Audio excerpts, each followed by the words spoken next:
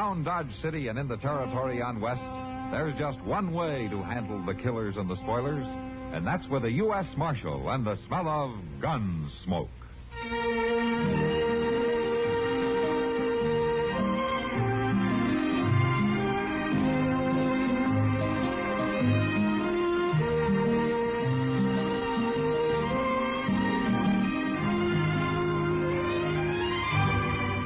Gunsmoke, starring William Conrad. The story of the violence that moved west with young America. And the story of a man who moved with it. I'm that man. Matt Dillon, United States Marshal. The first man they look for and the last they want to meet. It's a chancy job, and it makes a man watchful. And a little lonely.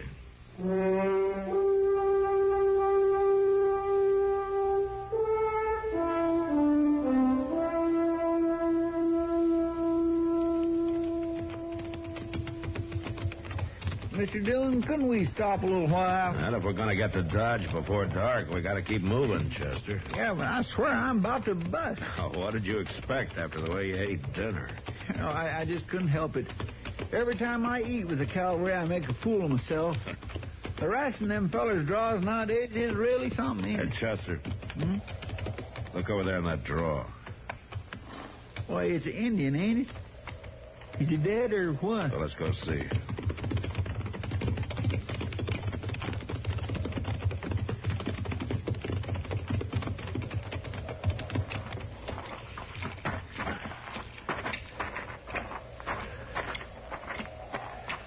He's dead, all right. And that was an ugly death, too. My goodness, shot in both knees. Yeah. Looks like he was trying to crawl away when he got finished off. Who in the world would do a thing like that? Well, whoever it was, he must have been full of hate. Mr. Dillon? What? There's a squaw watching us over yonder by them trees, sir. Yeah, I see her. You reckon she's his? Yeah, she might be. They're both Pawnee. She's coming over here. Say, she don't think we'd done this, does she? I don't know. I sure hope not. If I could speak Pawnee, I'd tell her. Understand white man talk? Is this your husband? Yes. I'm Matt Dillon. I'm a U.S. law marshal. Law much true. You know who killed your husband? No. Well, you know why your husband was killed? No. Husband good. Much heart. Big. Strong. We'll help you bury him. No. Indian bury husband. Oh. All right. We'll go. Come on, Chester. Well, it just don't seem right leaving her there all by herself, Mr. Dillon. That's the way she wants it, Chester. Well, let's get on back to Dodge.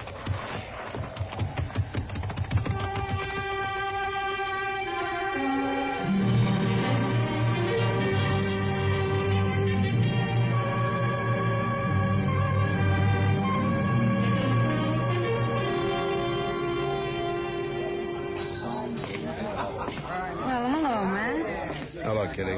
How was the trip? Oh, it was all right, I guess. You don't sound very enthusiastic. Have a beer and tell me all about it. No, thanks, Kitty. I'm going to go pick up my laundry, and then I'm going to go get some sleep. Evening, Kitty. Matt. Hello, Doc. Doc? Well, I just treated Chester for an attack of indigestion. How are you feeling? Oh, fine. Well, that's not true, Doc. Something's bothering him. Oh? Yes, sir. What's the trouble, Matt? I'll tell you what's the trouble, Doc. Disgust for my fellow man. But I guess I'll get over it. What happened, Matt? Well, on the way in today, Chester and I found a dead Indian. His squaw came along about the same time. Just rough to watch, that's all. Well, Matt, men die all the time, and their women grieve. No, not like this, Doc. He was killed a piece at a time. Somebody had shot him in both knees, so he'd crawl. It wasn't until they'd had their fun that they finished him off. His squaw can see what had happened to him, so they Be quiet. I'm listening to a funny story. Hey, you. Is it my funny story you're listening to? Yeah, that's right. Any objections? You have some particular interest in Indians? I have. Go on with the story. It's good. How does it end?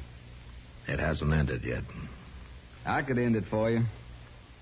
If it was me out there, that squaw would have went right along with a man. That's so?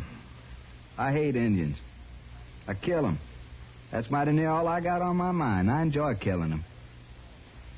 I hate squaw men, too. All right, get your hand away from that gun. You wearing some kind of badge there under that vest? That's right. I'm a U.S. Marshal. And you figure that gives you a right to tell me who I can hate? No, that's your business.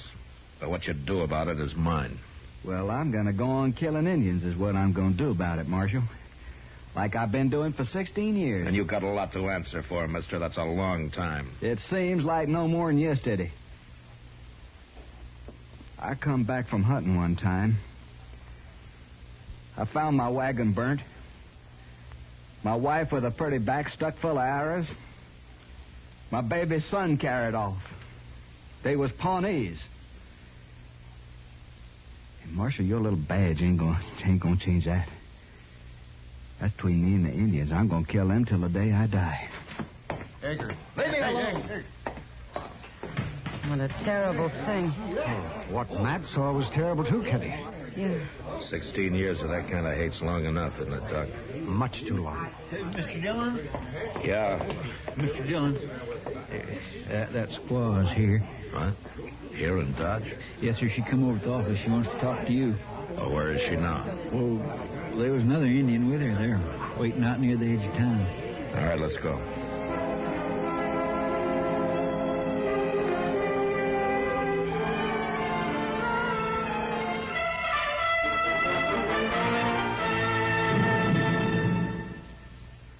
Hello, this is Marvin Miller with another page from your American Heritage Scrapbook.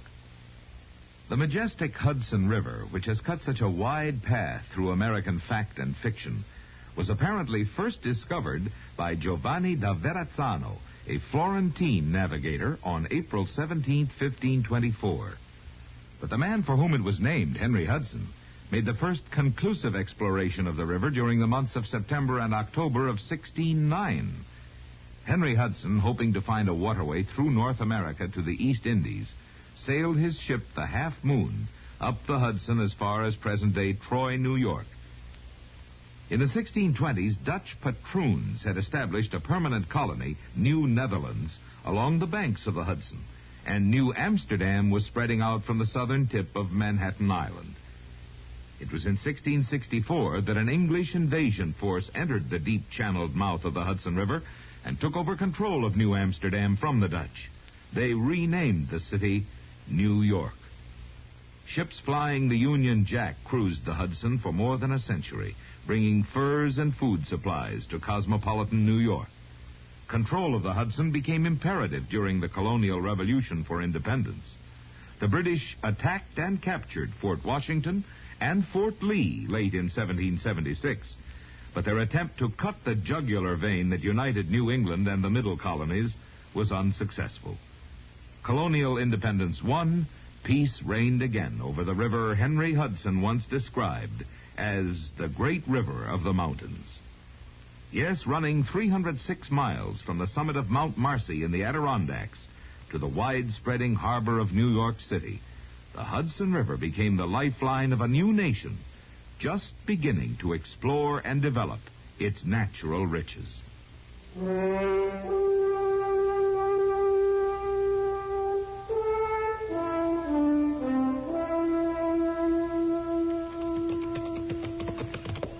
I don't see him, Chester. Me neither. You sure that's the right place? Well, I think so, Mr. Dillon. I couldn't understand her too good. Maybe they changed their mind and left. No, that's not very likely. They must have had something pretty important to say to come all the way into town like that. They sure must have. Oh, there she is, moving out into the clearing. Yeah, but she's alone now. Where's that eye? Well, we'll probably find out. Mr. Dillon, we better be careful. I don't like this. You want to wait here? No, I'm coming.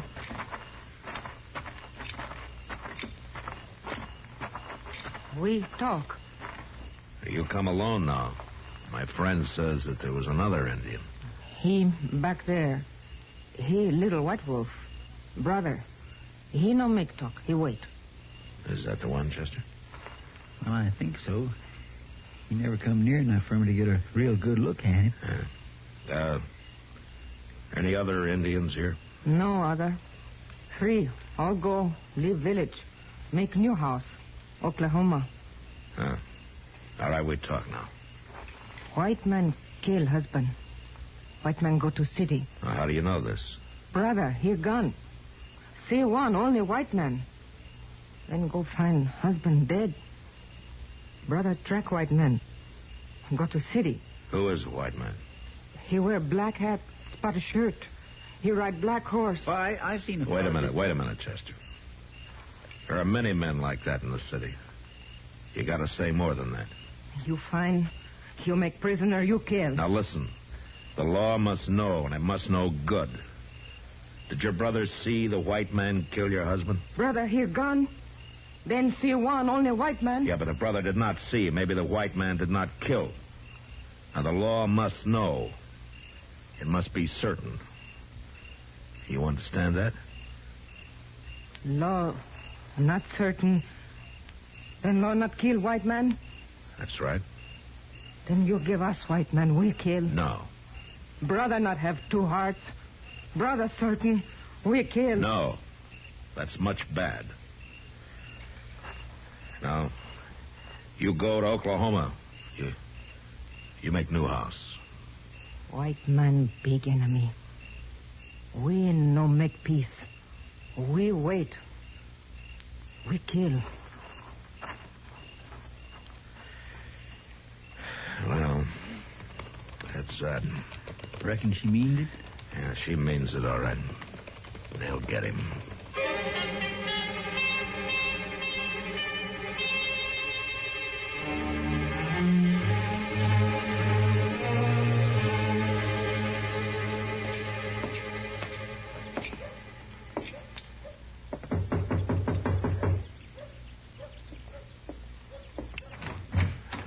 Eggert, I want to talk to you.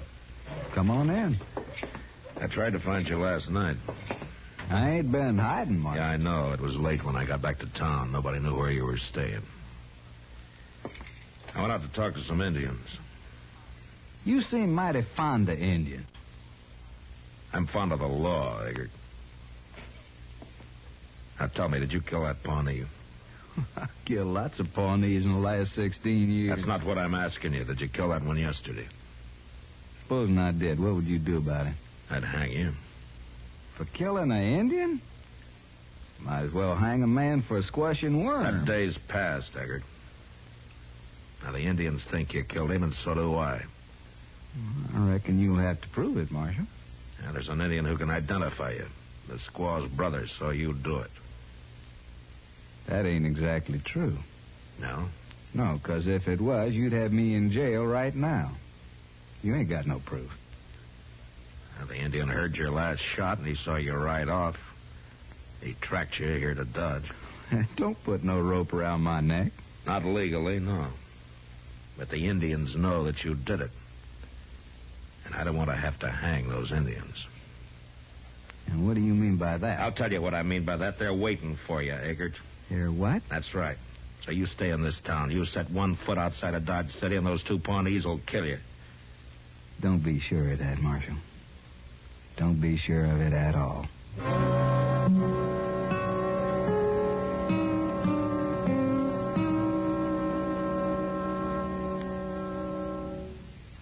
This is Myron J. Bennett, back again with another little-known item of American military history. When you're up there in the wild blue yonder, either shooting or getting shot at, there's not much time for making famous remarks. Perhaps that's why there aren't too many on record for the Air Force, although our youngest branch of the armed forces got a big piece of the action in our recent wars. It started out on August the 1st, 1907, with only one officer and 2 enlisted men, and didn't get its first airplane until a year later. Under the Signal Corps, aces made history in the dog fights of World War I.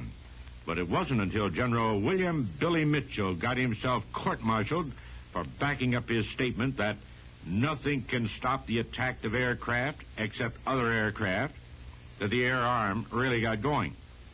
In World War II, General Henry H. Hap Arnold built the Army Air Corps into the greatest military armada ever seen, with his 3-legged stool formula of pilots, planes, and airfields, and the slogan, "Keep 'em flying." And in the Cold War that's been going on ever since, the now independent Air Force, with its ever-ready Strategic Air Command, carries the biggest stick we've got behind its soft-spoken motto, "Peace is our profession."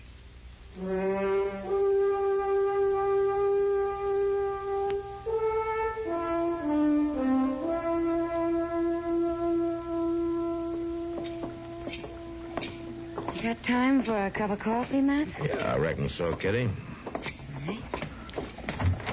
There you are. Orrin, can we have some coffee? Right away, Miss Kitty. Where'd you run off to last night, Matt? Well, that Pawnee squaw wanted to see me, Kitty. Oh? Yeah, she and her brother know who killed her husband, and they came to me for help. I get them to believe in the law, Matt. That's good. Yeah, it'd be fine if the law could do anything about it. Your coffee. What do you mean, Matt? No legal proof. So the Indians are going to do it in their own way. Who was it? Eggert? That man who lost his wife and baby? Yeah. I was up to see him this morning. He's the one, all right. Mr. Dillon, I've been looking high and low for you. What's the matter? Well, you give that Eggert orders to stay in town, didn't you? Yeah, that's right. Well, he didn't do it. He left about a half hour ago. Yeah, I should have known he would. All right, come on, Chester. Maybe we can catch him.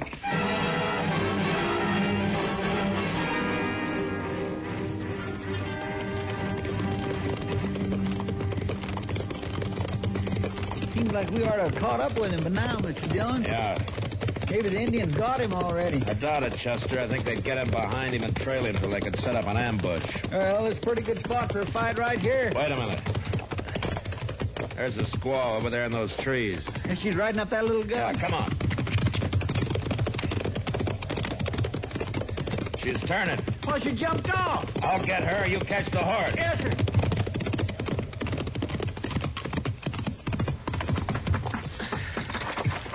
Hey, stop.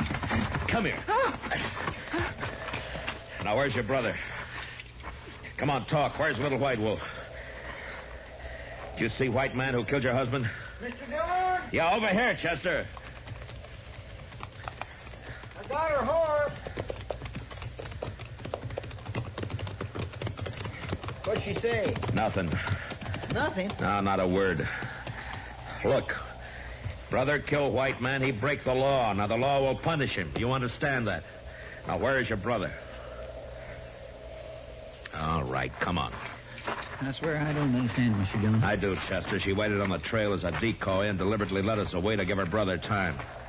Right now that Indian and Eggert are stalking each other somewhere in that bush. See, that was a rifle.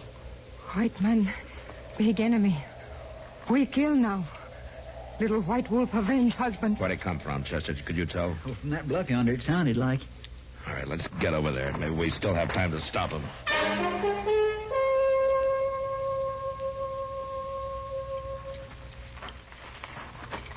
Eggert! Eggert! Maybe that Indian got him, Mr. Dillon. Eggert! Here, Marshal.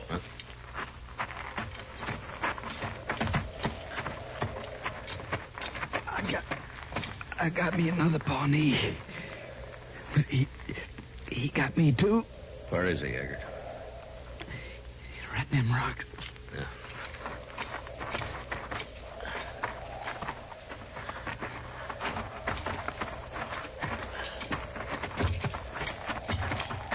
Yeah, here he is, Chester.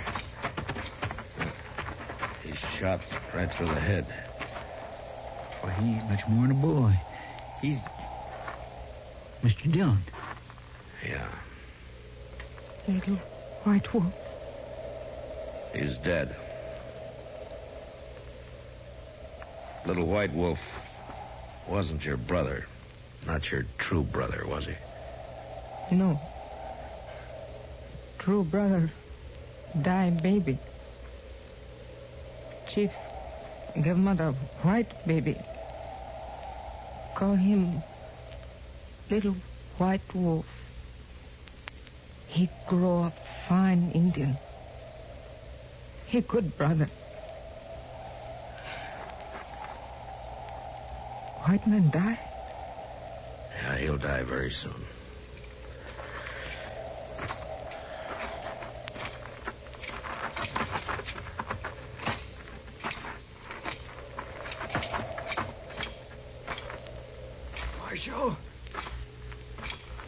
Marshal. Yeah, Egbert. Did I kill him? You killed him. Oh, that's good. You were just a kid. About 18. I'm glad. That's just about right. By now, my own son would have been just about 18.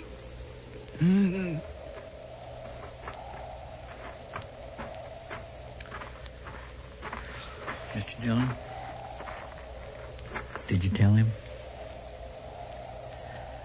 No, Chester, I didn't tell him. Well, at least we can bury him together.